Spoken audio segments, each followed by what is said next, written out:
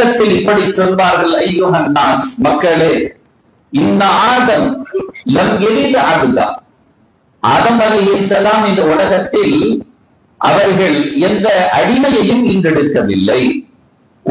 நாச குல்லுகும் அஹரார் அப்படிப்பார். இந்த உலகத்தில் அனைவர்களும் சுதந்திர புருஷர்கள் தான் என்பார்கள். அப்படி அடையாளப்படுத்தி காட்டினார்கள். இஸ்லாம் எல்லாத்திலையும் புரட்சியை செஞ்சு காட்டிச்சு. சராசரி புரட்சி அல்ல. அனைத்தும் மிக அதிகார வர்க்கத்தில் மடமை இருந்த நேரத்தில் அத்தனையும் அடித்து தவிடுபடியாக்கியது. சென்ற வாரத்தில் கூட சொன்னோம் சில விஷயங்களை. அப்படி செய்து காட்டிய புரட்சிகளில் அடிமைகளை இல்லாமல் ஓய்த்தது.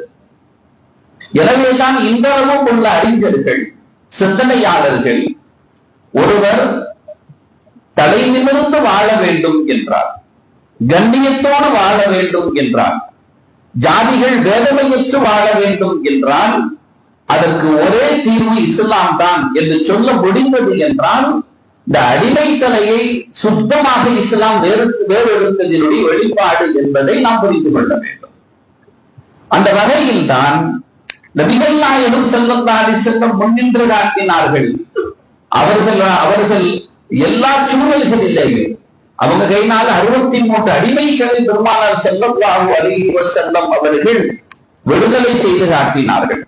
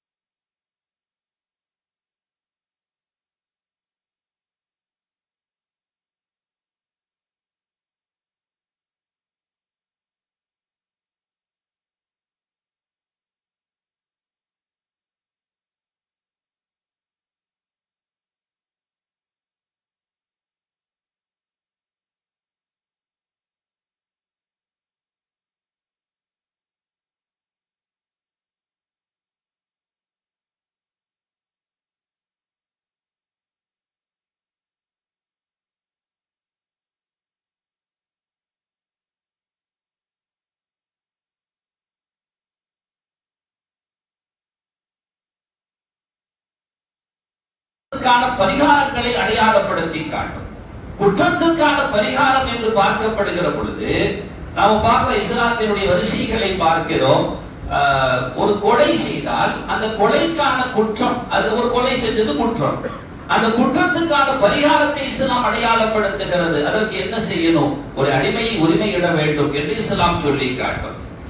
ஒரு சத்திய ஒரு ஆள் செஞ்சிட்டாரு, சத்தியத்தை முறிச்சிட்டாரு, அந்த சத்திய முறிவுக்காக அவர் இப்போ குற்ற பரிகாரம் தேட வேண்டும். இஸ்லாம் அதன் வழிகளை சொல்லும். அந்த வழிகளில் ஒன்று ஒரு அடிமையை உரிமையிடுவது என்று இஸ்லாம் சொல்லி காட்டும். மனைவியை தாய்க்கு ஒப்பாகக்கூடிய சொன்னா அப்பெல்லாம் தலாக்கு உருவாயிடும். அந்த ஆரம்ப கட்டத்துல தலாக்கு என்ற வார்த்தைக்கு முன்னால தலாக்குன்னு சொன்னாலும் இதாயிடும். இத ஒரு ஆள் சொல்லிட்டார், மனைவியை தாய்க்கு ஒப்பாக்கிட்டார், அப்படி ஒரு வார்த்தையை பயன்படுத்திட்டார். அப்படி சொன்னாலும் அப்பெல்லாம் தலாக்கு உண்டாயிடும், இப்ப கிடையாது, அப்போ உண்டாயிடும். அந்த மாதிரி சூழலில் யாராவது அப்படி செஞ்சிட்டாங்கன்னு சொன்னா இது என்ன செய்வாங்கன்னா தண்டனைக்காக பயன்படுத்தினார்கள். யாரையாவது எந்த பிள்ளையாவது நோவினப்படுத்தணும்னு சொன்னா, ஒரு மனைவியை நோவினப்படுத்தணும்னு சொன்னா இப்படி சொல்லிட்டு காலத்தை கடத்திக்கிட்டு இருப்பாங்க. இந்த மாதிரி ஒரு சூழலில் அதற்கு பரிகாரத்தை இஸ்லாம் சொல்லுகிற பொழுது அதற்கு நீங்க என்ன செய்யணும்? ஃபதஹரீரு ரகபா, ஒரு அடிமை உரிமையிட வேண்டும் என்று இஸ்லாம் தண்டனைகளுக்கான அந்த தீர்வுகளாக, குற்றங்களுக்கான பரிகாரங்களாக அடிமைகளை உரிமையிட வேண்டும் என்று இஸ்லாம் சொல்லுகிறது. இப்படி ஏன்னா இஸ்லாம் நமக்கு தெரியும், ஒரு மிருகமாக இருந்தால் கூட அதிடத்தில் கூட நீங்க அதற்கான உரிமையை கொடுக்கணும்னு சொல்லும். பதிலுடைய யுத்த காலம் தான் ஸல்லல்லாஹு அலைஹி வஸல்லம் யுத்தத்திற்கு போறாங்க. சஹாபிகள்கிட்ட வாகனம் கம்மியா இருக்கு, கால்நடைகள் கம்மியா இருக்கக்கூடிய சூழல்ல பயணித்து போகணும், மதீனாவுல இருந்து பயணித்து போகணும் இல்லையா? அப்படி போகணும், என்ன செய்யறது? இருக்கிற குறைந்த வாகனத்திற்குள்ளால் தான் அந்த பயணத்தை மேற்கொள்ள வேண்டும். அப்ப சொல்றாங்க, வாகனத்திற்கென்ற உரிமை இருக்கிறது, நீங்கள் அதை மீறி விடக்கூடாது. ஒரு வாகனத்துல ஒரு சமயத்தில் 2 நபர்கள் தான் அமர வேண்டும். இன்னைக்கு நம்ம பார்க்கணும்ல, 2 பேரும் போற 2 வீலர்ல 4 பேரும் போறான்ல, அதுவே புகைய தள்ளிட்டு போகுது, சுமக்க முடியாம போன மாதிரி போதா இல்லையா? வாகனத்துக்குன்னு ஒரு உரிமை இருக்கு, 2 பேர் போகணும் அப்படின்னாங்க. 2 பேரை தாண்டி இன்னொரு ஆள் இடத்துல உட்கார்ந்துன்னா ஒரு ஆள் இறங்கிடணும்னாங்க. இந்த சட்டத்திற்குள்ளால், இந்த வரம்பிற்குள்ளால் நானும் பொருந்துவேன்னு சொல்லிக்கிட்டு ரலியல்லாஹு அவர்களோடு கூட்டு சேர்ந்த ரசூலுல்லாஹ், இன்னொரு தோழரோடு சேர்ந்த ரசூலுல்லாஹ் 2 நபர்களாகத்தான் ஏறி இறங்கினார்களே தவிர 3வது ஆள் அதுக்கு மேல ஏறல. ஸல்லல்லாஹு அலைஹி வஸல்லம் ஒரு நாள் அப்படி போறாங்க, ஒரு ஒட்டகம் அப்படியே ரசூலுல்லாஹ் கிட்ட முனகுது. ரசூலுல்லாஹ் கேட்டாங்க, என்னன்னு கேட்டாங்க. அது ஒரு வார்த்தை அதனுடைய பாஷையில் சொல்லியது. ஸல்லல்லாஹு அலைஹி வஸல்லம் சொன்னாங்க, லிமன் மன்ரப்பு ஹாதல் ஜமல், இதற்குள்ள உரிமையாளர் யாருன்னு கேட்டாங்க. ஒரு தோழர் ஓடி வந்தார்கள். ரசூலுல்லாஹ் சொன்னாங்க, உங்களை பற்றி என்ன சொல்லுகிறது தெரியுமா? அதற்கு நீங்கள் ரொம்ப கஷ்டம் கொடுக்கறீங்கன்னு சொல்லுது, அதற்கு நீங்க சரியா உணவு கொடுக்கறது இல்லைன்னு சொல்லுது. எனவே அப்படி நடக்கக்கூடாது, அல்லாஹ் உங்களின் மீது அதிகாரம் படைத்தவன், நாளைக்கு அல்லாஹ் விசாரிப்பான், கவனமா நடந்துக்கிறணும் அப்படின்னு சொல்லி ஸல்லல்லாஹு அலைஹி வஸல்லம் எச்சரிக்கை செய்தார்கள். அபூ தர்தா ரலியல்லாஹு அன்ஹு தன்னுடைய மரண வேளை நெருங்குகிறது. அந்த நேரத்தில் ஒவ்வொன்றா சொல்றாங்க. அதுல ஒண்ணு தமூன் அப்படின்னு தன் அருகாமையில் ஒரு ஒட்டகம் நின்றுகிட்டு இருக்குது. அந்த ஒட்டகத்துக்கு பேரு தமூன். தமூன், நான் உன்னிடத்தில் சீராக நடந்து கொண்டேன் என்பது உனக்கு தெரியும். நாளை வறுமையில் இறை சமூகத்தில் என்னை நீ அல்லாஹ்விடத்துல குற்றவாளியாக நிறுத்தி விடாதே என்னை. நான் என்னால் முடிந்த வரை உனக்கு நான் நேர்மையாகவே நடந்திருக்கிறேன் அப்படின்னு சொல்லி அந்த தம்மூன் என்ற ஒட்டகத்தை பார்த்து பேசினார்கள் அபூ தர்தா ரலியல்லாஹு அன்ஹு அவர்கள். யாருக்காவது அந்த ஒட்டகம் தேவைப்பட்டுச்சுன்னு சொன்னா, இதனால கொஞ்சம் எங்களுடைய வேலைக்கு தேவைக்கு எடுத்துக்கிற மாதிரி நாம வாங்கின வச்சா நம்மளோட நண்பர்கள் கேட்க மாட்டாங்களா, கொஞ்சம் வட்டியை தாங்கன்னு கேட்க மாட்டாங்களா? அந்த மாதிரி அந்த ஒட்டகத்தை யாராவது கேட்டாங்கன்னா அபூ தர்தா ரலியல்லாஹு சொல்லுவாங்களாம், என் ஒட்டகம் இவ்வளவுதான் தாங்கும், அதை தாண்டி நீங்க அதுக்கு மேல சுமையை ஏத்திடாதீங்க, சரியா? அப்படி நீங்க ஒத்துக்கிட்டா நான் தாரேன், இல்லைன்னா வேணாம் அப்படின்ட்டுருவாங்களாம். அடுத்தவர்கள் கொடுக்கும் பொழுது கூட அப்படித்தான் நடந்து கொள்வார்களாம். இப்படியெல்லாம் பெரிய இஸ்லாத்துல எவ்வளவு தெளிவாக மனிதர்களிடத்தில் நடந்து கொண்டிருப்பார்கள் என்பதை நாம் புரிந்து கொள்ள வேண்டும். ஸல்லல்லாஹு அலைஹி வஸல்லம் நெறியூட்டினார்கள் இஸ்லாமியர்களே. வெறியூட்டல்ல. இன்றைக்குள்ள தலைவர்கள் தன்னுடைய தொண்டர்களுக்கு வெறியூட்டுகிறார்கள். ஸல்லல்லாஹு அலைஹி வஸல்லம் அப்படி அல்ல, நெறியூட்டினார்கள். எது சரியாக நீங்கள் எப்படி நடந்து கொள்ள வேண்டும் என்பது. அதுல ஸல்லல்லாஹு அலைஹி வஸல்லம் சொல்லுவாங்க, அபூ சயீத் அல் குத்ரி ரலியல்லாஹு அன்ஹு அவங்க அறிவிக்கக்கூடிய ஹதீஸ், அஃதலுல் ஜிஹாத், ஜிஹாதிலேயே சிறந்த ஜிஹாத் எது தெரியுமா? கலிமத்து அத்லின் இன்த சுல்தானின் ஜாகிரி. வம்பன், அப்படி ஒரு ஆட்சியாளர் இருக்கிறான், அவன் வம்பன்.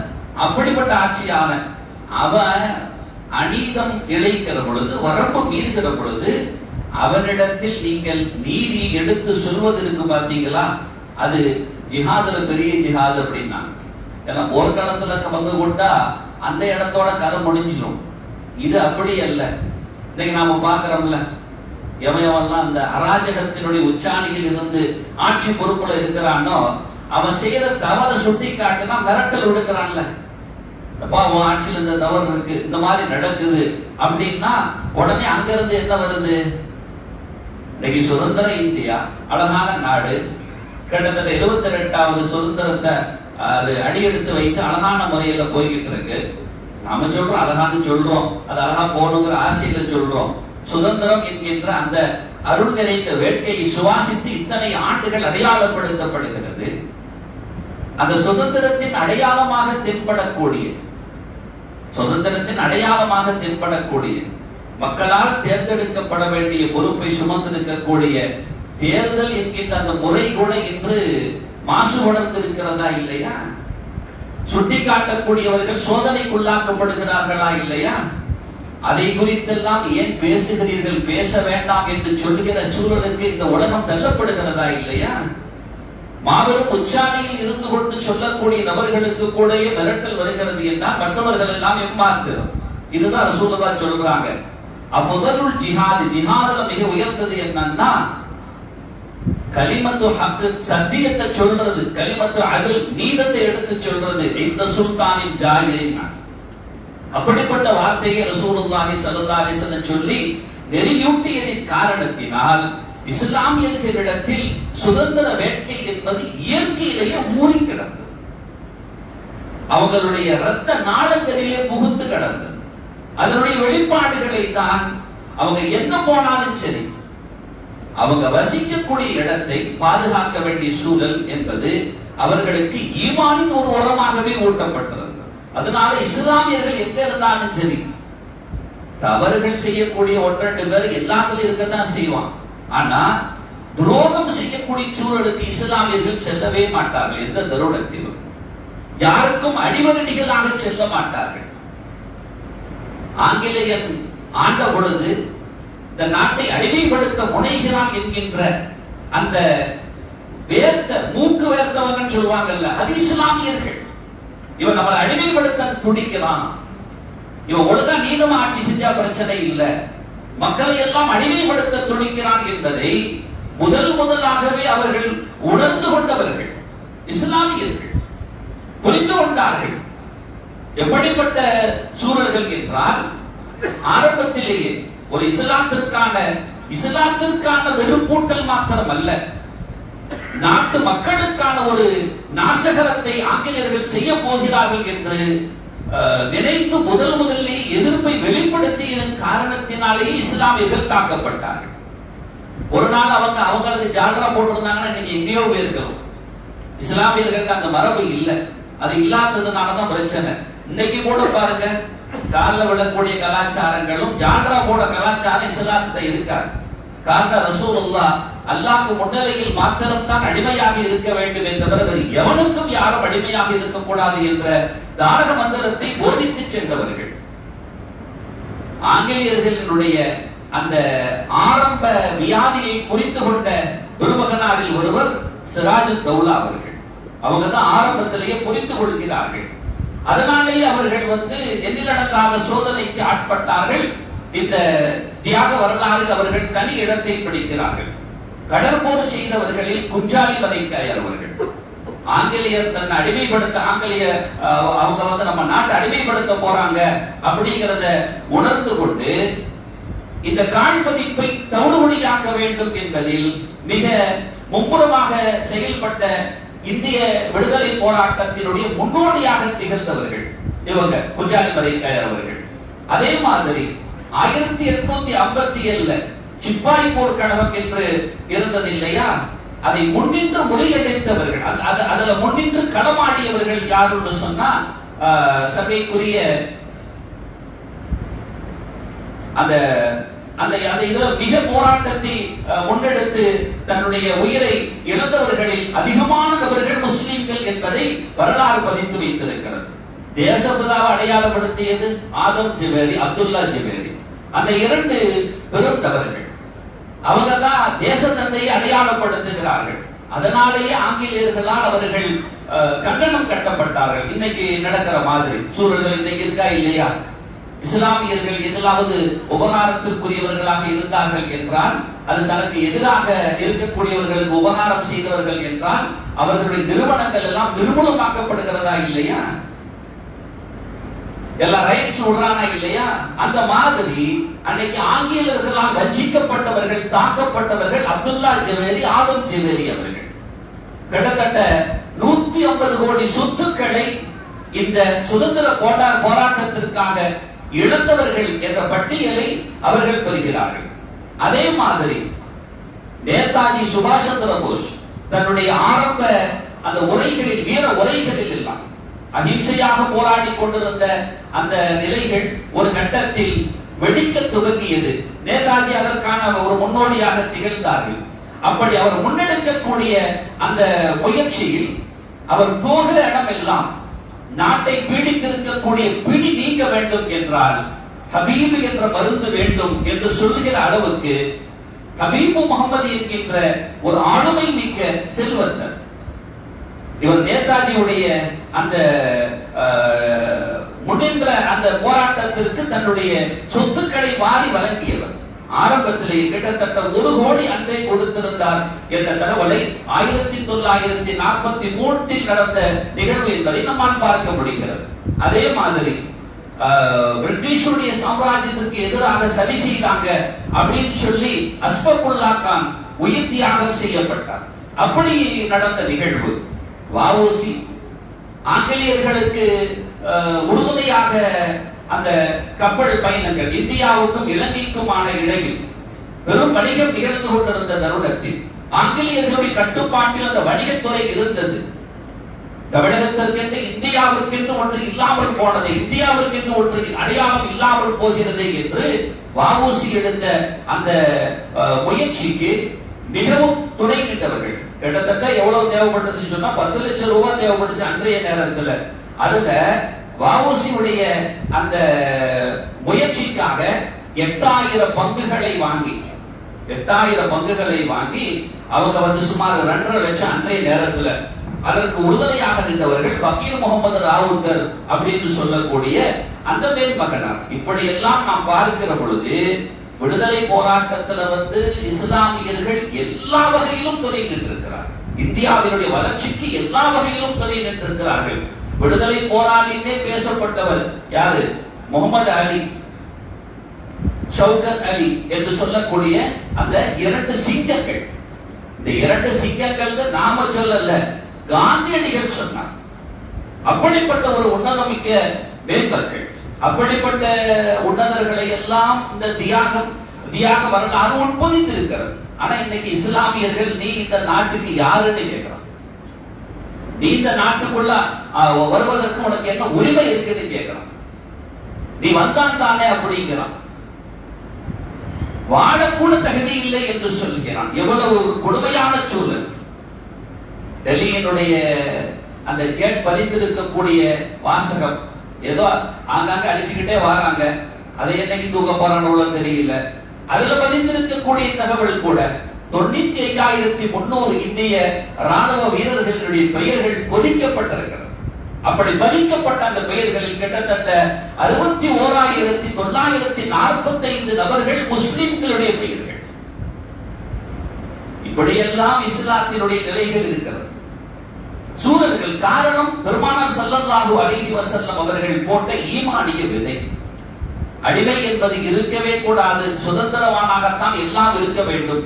அந்த சுதந்திர வேட்கையினுடைய வெளிப்பாடுகளாகத்தான் இன்று வரைக்கும் இஸ்லாமியர்கள் யாராவது இந்திய தேசத்திற்கு துரோகம் செய்தார்கள் என்று அடையாளம் காட்ட முடியுமா? முடியாது. அப்படி யாரும் கிடையாது. அப்படி கொடி பிடிப்பவர்கள் யாராவது இருந்தால் காட்டுங்களேன் பார்ப்போம். இல்லை. ஆனால் யார் நம்மை பார்த்து குறை சொல்கிறார்கள்? அவர்கள் எத்தனை நபர்கள் சமீபத்தில் மாட்டிய கதைகளை உளவு பார்த்தவர்கள் என்ற அந்நிய நாட்டுக்கு உளவு பார்த்தவர்களின் பட்டியல்கள் எடுக்கிற பொழுது யார் அதில் இருந்தார்கள்? ஏன் அவர்களினுடைய நாம யாருக்கும் யாரையும் நாம் துரோகம் இழைக்க நாம் நாடக்கூடியவர்கள் அல்ல. தேசத்தின் துரோகிகள் யாராக இருந்தாலும் அந்த தேசத்தில் வாழ தகுதியற்றவர்கள் தான். இந்தியர்கள் எங்கே அந்த தேசத்தில் துரோகம் செய்தார்கள்? ஒரு இதை காட்ட முடியுமா? முடியாது. ஆனால் இன்று இந்தியர்கள் வஞ்சிக்கப்படுகிறார், இந்திய முஸ்லிம்கள் வஞ்சிக்கப்படுகிறார். அப்படியே கடந்து வருது. நமக்கிடையே கொஞ்சம் விழிப்புணர்வு இல்லாம இருக்கு. எங்கோ நடக்கக்கூடிய நிகழ்வுகள் செய்திகளாக கடந்து செல்கிறதே தவிர நாம் தயாராகிறோமானா இல்லை. ஆனா இன்னைக்கு நமக்கு ஒரு எச்சரிக்கை மணி ஒலித்திருக்கிறது. தேர்தல் களம் எவ்வளவு மோசமாகி கொண்டு வருகிறது என்றும், நாடு ஆளக்கூடியவர்கள் தேர்ந்தெடுக்கக்கூடிய சூழல்கள் எவ்வளவு மாசுபட்டு கிடக்கிறது என்றும், எதிர்த்து கேட்க முடியாத சூழலுக்கு எவ்வளவு மக்கள் தள்ளப்படுகிறார்கள் என்றும், அராஜகத்தின் உச்சாணியில் இருந்து கொண்டு அடக்க முனைபவர்கள் எப்படியெல்லாம் தங்களுடைய அடையாளங்களை வெளிப்படுத்திக் கொண்டிருக்கிறார்கள் என்று நாம் பார்க்கிறோம். ஆனா இன்னைக்கு கூட நம்ம ஆளுகிட்ட கேட்டா, உங்ககிட்ட ஏதாச்சும் எல்லா ஐடியும் இது சரியா இருக்கா? எத்தனை இடத்துல விவகாரம் வரும்பொழுதுதான் வராங்க.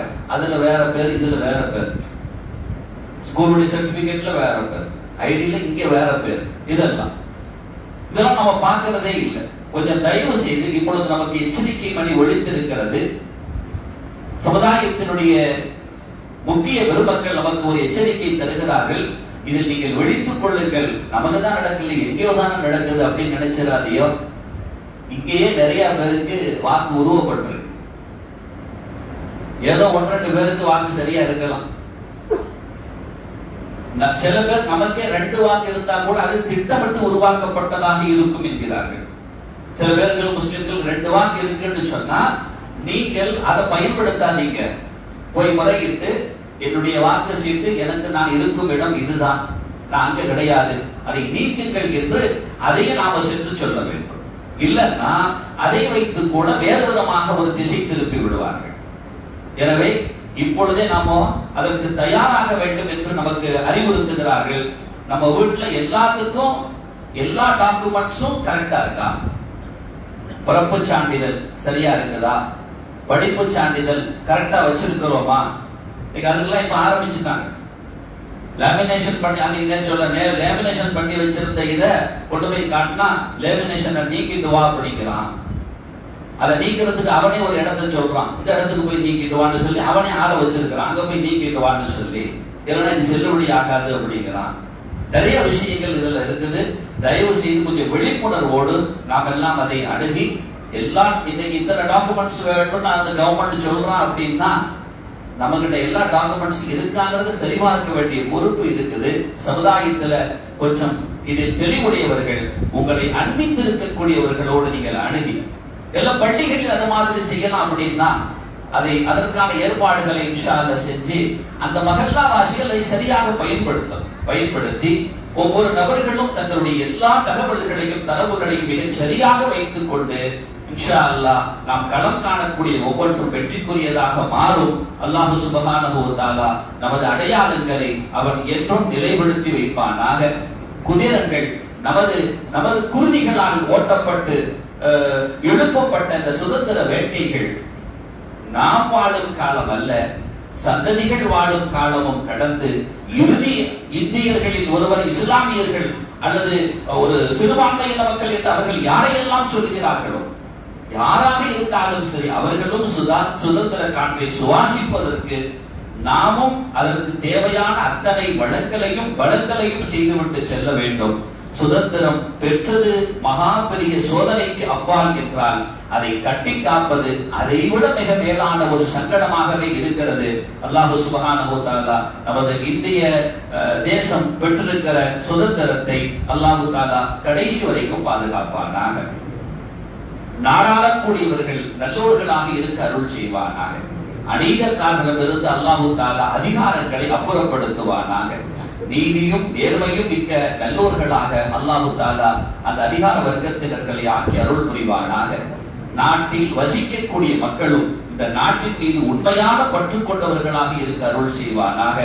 தேசத்திற்கு எந்த ஒரு துரோகத்தையும் செய்வதற்கு யாரும் கனவிலும் கூட நினைத்து விடாத அளவுக்கு அவர்கள் உள்ளங்களில் இந்த தேசத்தின் மீது அலாதியான காதலை அல்லாஹ் பிரியப்படுத்துவானாக. ஆமீன் யா ரப்பல் ஆலமீன். வ ஆகிரு தஅவானா அல்ஹம்துலில்லாஹி ரப்பில் ஆலமீன். சங்கைக்குரிய பெருமக்களே, அறிவிப்பு ஏற்கனவே தந்த அறிவிப்பு தான். கடந்த வாரங்களில் நமது பள்ளியினுடைய அந்த மின்சார கட்டணத்தை ஓரளவு சரிபடுத்துவதற்காக முன்னெடுக்க இருக்கக்கூடிய அந்த சோலார் பேனல், அதனுடைய அந்த முன்னெடுப்புக்கு உங்களுடைய முழுமையான ஆதரவுகளை நீங்கள் வழங்க வேண்டும். பொருளாதாரத்தை இன்ஷா அல்லாஹ் அதனுடைய தேவைகள் இருப்பது உங்களுக்கு எல்லாம் தெரியும். கிட்டத்தட்ட 13,50,000 அதற்கான தேவை இருக்கிறது. மிக சொற்பமான தொகைகளே இதுவரைக்கும் வந்திருக்கிறதை நமது அலுவலகம் நமக்கு தகவல் தெரிவித்தது. எவ்வளவு வந்திருக்கிறான்னு எல்லாரும் கேட்கிறாங்க. ஒரு சில பேர் கேட்கிறாங்க, கேட்கிறவங்க அவங்களால முடிஞ்சதை கொடுக்கறாங்க. எனவே நீங்கள் அதில் யாராவது ஒருவர் பங்கெடுக்கட்டுமே என்று இல்லாமல் அதில் என் பங்களிப்பு நிச்சயமாக இருக்க வேண்டும் என்று ஒவ்வொருவர்களும் அதில் நீங்கள் அதை பயன்படுத்திக் கொள்ள வேண்டும். அல்லாஹ் சுப்ஹானஹு வ தஆலா இறை இல்லத்தினுடைய பயன்பாட்டில் நமது பொருளாதாரம் இருப்பதில் அல்லாஹ் தஆலா நமக்கு தந்த பாக்கியம், நமது பொருளாதாரத்தில் அல்லாஹ் பரக்கத்தை செய்வானாக. அஸ்ஸலாமு அலைக்கும் வரஹ்மத்துல்லாஹி வ பரகாத்துஹு.